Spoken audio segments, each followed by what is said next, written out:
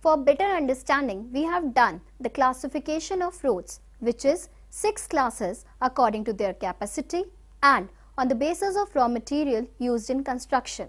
We will first discuss about the roads which are classified according to their capacity. Number 1 is Golden Quadrilateral Superhighways, which links Delhi, Kolkata, Chennai and Mumbai by 6-lane superhighways.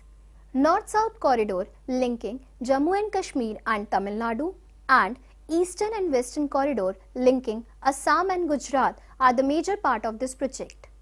Major objective of this project is the reduction of time and the distance between the major cities. NHAI, that is National Highway Authority of India, implemented the project of constructing number of major NH, that is National Highways. The second category according to capacity is National Highways. It links between the extreme parts of the country.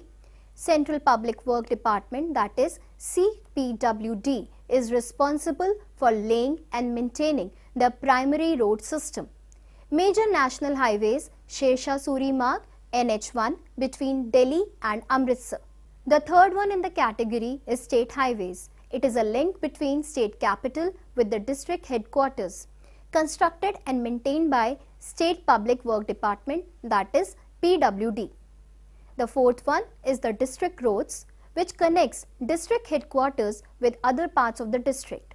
Zilla Parishad is responsible for the construction and maintenance of these district roads. Fifth one in the category is the other road, which include rural roads. It's a link between towns and villages. Special consideration under Pradhan Mantri Gramin Sadak Yojana to link each and every village to the town by all season motorable needs. The last one in the category is the border roads. Roads in the bordering areas of the country, which are constructed and maintained by Border Road Organization. It is set up in 1960 for developing the roads of strategic importance in north and northeastern border areas, improved accessibility to remote areas and also helped in economic development of border areas.